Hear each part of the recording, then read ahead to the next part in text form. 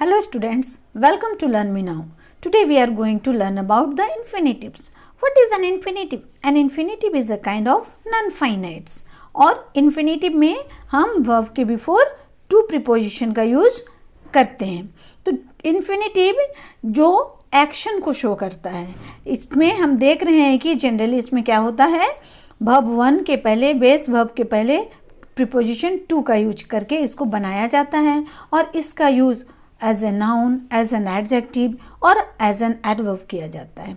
Sometimes हम infinitive को to के बगैर भी यूज करते हैं, जिसको हम बेयर इन्फिनेटिव या फिर इन्फिनेटिव विदाउट टू भी कहते हैं. Let's see the example. To win a race is not easy. To win is the infinitive here and it is used as a subject in the sentence. I like to play carom. To play is the infinitive here and it is used just like an object. तो ये subject और object क्या है? Noun है. तो noun के जगह में हमने देखा कि infinitive का use किया गया है. Now let's see the kinds of infinitives. Infinitives के two kinds होते हैं. The first one is the noun infinitives or simple infinitives and the second is gerundial infinitives or qualifying infinitives. Now let's see the noun infinitives. Noun infinitives जैसे कि इसका नाम है noun infinitive, मतलब जो infinitive noun का काम करे. noun का प्लेस कहाँ होता है सेंटेंस में? या तो सब्जेक्ट या फिर ऑब्जेक्ट के जगह में अगर इन्फिनेटिव का यूज किया जाए तो उसे हम नाउन इन्फिनेटिव और सिंपल इन्फिनेटिव कहते हैं.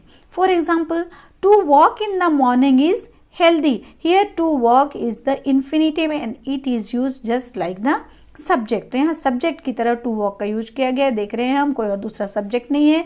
ये इन्फिनेटिव टू वॉक ही सब्जेक्ट का काम किया जिसका वर्ब है is. Next example, he likes to ride a bike. To ride is the object here और ये एक इन्फिनेटिव है जो ऑब्जेक्ट का काम कर रहा है, नाउन का काम कर रहा है. तो यहाँ पर हम देख रहे हैं ऑब्जेक्ट के रूप में कोई नाउन, किसी का नाम नाउन या प्रोनाउन नहीं है. क्या है? इन्फिनेटिव है. Now let's see the gerundial infinitives. Gerundial infinitives या क्वालिफाइंग इन्फिनेटिव्स. क्वालिफाई करना, जो क्वालिफाई करता हो. तो नाम के अनुसार ही हम देखें कि ये जो इन्फिनेटिव है उसका यूज सेंटेंस में क्वालिफाई करने के लिए किया गया है. क्वालिफाई कौन करता है? एडजेक्टिव. एडजेक्टिव नाउन को क्वालिफाई करता है. तो ये यहाँ एडजेक्टिव कोई वर्ड नहीं होगा, क्या होगा? एक इन्फिनेटिव होगा, टू प्लस वर्ब होगा. तो ये इन्फिनेटिव जब एडजेक्टिव की तरह काम करे और किसी नाउन को क्वालिफाई करे तो वो क्वालिफाइंग इन्फिनेटिव होगा. और दूसरा कौन क्वालिफाई करता है? एडवर्ब. एडवर्ब के रूप में इन्फिनेटिव को यूज करके वर्ब या फिर एडजेक्टिव या दूसरे एडवर्ब का क्वालिफाई को दिखाता हो सेंटेंस में, तो वो इन्फिनेटिव कैसा होगा? क्वालिफाइंग इन्फिनेटिव होगा. For example, this is a flower to admire. To admire is the infinitive here and it is use just like an adjective. To admire adjective है जो फ्लावर नाउन को qualify कर रहा है कि यह एक फूल है एडमायर करने लायक. तो एडमायर किसको किया जा रहा है? फूल को किया जा रहा है. तो ये एडजेक्टिव की तरह काम किया है infinitive. Now let's see the uses of infinitives. Infinitives को हम कहाँ कहाँ यूज कर सकते हैं सेंटेंस में, और यही हमारा क्वेश्चन आएगा फिल इन द ब्लैंक्स में कि यहाँ जो फिल इन द ब्लैंक्स है उस ब्लैंक में आपको क्या फिल करना है, कौन सा वर्ड फिल करना है. तो इन्फिनेटिव का यूज़ हम देखेंगे जिससे कि हम जान सकें कि इन्फिनेटिव को कहाँ कहाँ यूज किया जाता है. द इन्फिनेटिव्स में बी यूज्ड. इन्फिनेटिव को यूज किया जा सकता है as the subject of a verb. किसी सेंटेंस के वर्ब के सब्जेक्ट के रूप में, मतलब सेंटेंस का सब्जेक्ट कोई नाउन या प्रोनाउन ना होकर इन्फिनेटिव होगा. For example, to win a prize is not easy. Prize जीतना, तो जीतना ये यहाँ वर्ब नहीं है, क्या है? इन्फिनेटिव है जो सब्जेक्ट की तरह काम कर रहा है, नाउन की तरह काम कर रहा है. तो ये सब्जेक्ट यहाँ बन गया कौन? Infinitive. Next, as the direct object of a transitive verb. हम जानते हैं कि किसी ट्रांजिटिव वर्ब का ही ऑब्जेक्ट होता है. तो यहाँ हम देख रहे हैं एग्जाम्पल में कि आई लाइक टू डांस. तो ये लाइक जो वर्ब है ट्रांजिटिव वर्ब है और इसका ऑब्जेक्ट है टू डांस जो एक इन्फिनेटिव है. Next, as the complement of an intransitive verb. तो किसी इंट्रांजिटिव वर्ब, ट्रांजिटिव वर्ब का ऑब्जेक्ट होता है, इंट्रांजिटिव वर्ब का ऑब्जेक्ट नहीं होता है, तो उसके मीनिंग को कंप्लीट करने के लिए कॉम्प्लीमेंट आता है, जहाँ पर हम यहाँ कॉम्प्लीमेंट में इन्फिनेटिव का यूज करते हैं। For example, his habit is to rise early. To rise यहाँ ऑब्जेक्ट नहीं बल्कि क्या है, कॉम्प्लीमेंट है, क्योंकि इज इंट्रांजिटिव वर्ब है। Next, as the object of a preposition. किसी प्रीपोजिशन के ऑब्जेक्ट के रूप में भी इन्फिनेटिव का यूज किया जा सकता है। For example, it is about to rain. About ये प्रीपोजिशन है, होने वाला है, रेन होने वाला है, तो ये जो अबाउट है इसको के ऑब्जेक्ट के रूप में यहाँ इन्फिनेटिव टू रेन का यूज किया गया है। Next, as a complement of an object. किसी ऑब्जेक्ट के मीनिंग को कंप्लीट करने के लिए भी इन्फिनेटिव का यूज किया जाता है। For example, he asked her to wait. Her ये जो ऑब्जेक्ट है, इस हर को का मीनिंग को कंप्लीट कर रहा है to wait infinitive. Next, to qualify a noun like an adjective. किसी सेंटेंस में नाउन की क्वालिटी को बताने के लिए जो एडजेक्टिव लगाया जाता है, उस एडजेक्टिव के जगह में यहाँ इन्फिनेटिव का यूज किया गया है। Example, this is a book to read. ये जो बुक नाउन है, ये बुक, यह एक बुक है, किस लिए, पढ़ने के लिए, टू रीड करने के लिए। Next example, to qualify a verb as an adverb. किसी वर्ब को क्वालिफाई करने के लिए, वर्ब के मीनिंग को एनहेंस करने के लिए भी एडवर्ब का यूज किया जाता है। फॉर एग्जाम्पल, और वो एडवर्ब कौन है, इन्फिनेटिव। एडवर्ब के रूप में किसका यूज होगा, इन्फिनेटिव का। I came to know about you. I came यहाँ वर्ब है जिसके बारे बता रहा है कि मैं यहाँ आया, किस लिए, जानने के लिए, तुम्हारे बारे जानने के लिए। तो टू नो इन्फिनेटिव जो एडवर्ब का काम कर रहा है। Next, to qualify an adjective as an adverb.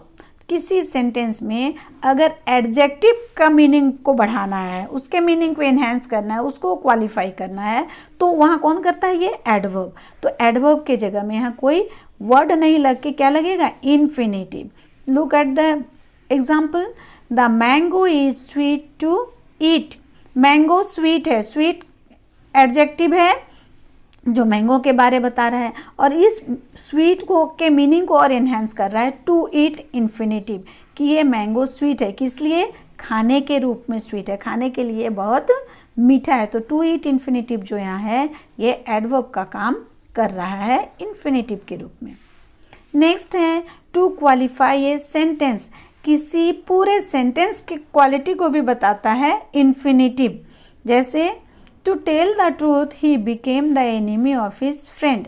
He became the enemy of his friend, ये एक सेंटेंस है, वो अपने फ्रेंड का एनिमी बन गया। क्यों बन गया, उसका मीनिंग को कौन बता रहा है, टेल द ट्रूथ, सच बोलने के लिए। तो टू टेल जो इन्फिनेटिव है, ये यहाँ पर किसका काम कर रहा है, क्वालिटी बताने का काम। किसकी क्वालिटी बता रहा है, सेंटेंस का। Next, to combine two sentences into one.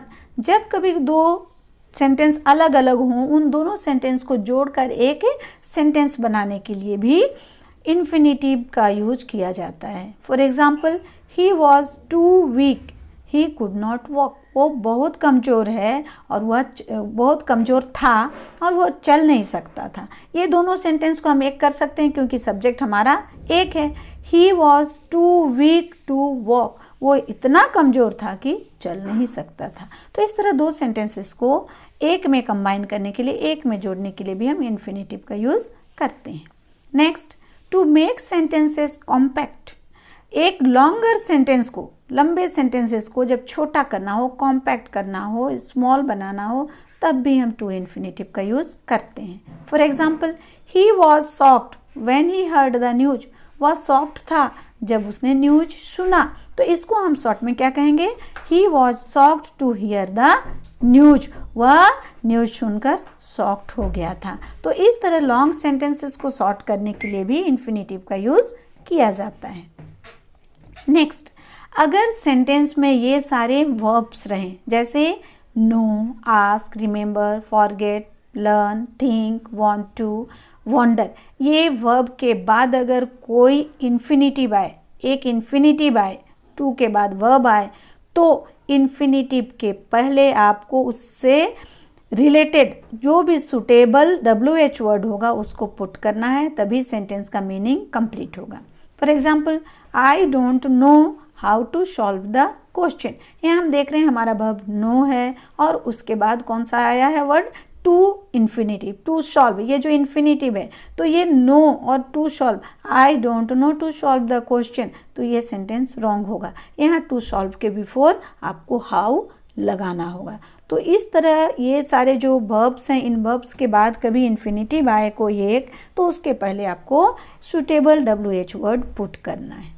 Next देखें, यही सारे जो वर्ब्स हैं कौन कौन से, know, ask, remember, forget, learn, think, want to, wonder, ये सारे वर्ब जो हैं, इन वर्ब के बाद अगर दो इन्फिनेटिव्स आए, डुअल इन्फिनेटिव वाले सेंटेंस हो, तो आपको कोई भी WH वर्ड नहीं पुट करना है, बल्कि पहले इन्फिनेटिव के बिफोर वेदर लगाना है और सेकेंड इन्फिनेटिव के बिफोर और लगाना है। मतलब एक इन्फिनेटिव रहे तो WH वर्ड लगाएं कोई भी, और दो इन्फिनेटिव रहे तो उसमें वेदर और लगाना है। पहले इन्फिनेटिव के पहले वेदर और दूसरे इन्फिनेटिव के पहले और। Let's see the example, I don't know whether to solve the question or quit it. तो ये इसका अगर हम वेदर और नहीं लगाते तो क्या था, I don't know to solve the question quit it. तो ऐसा तो सेंटेंस इन कंप्लीट या मीनिंगलेस लग रहा था, इसीलिए इसमें क्या लगाना है, whether and or. I don't know whether to solve, मुझे नहीं पता कि इसको सॉल्व करना है क्वेश्चन को या फिर उसे छोड़ देना है।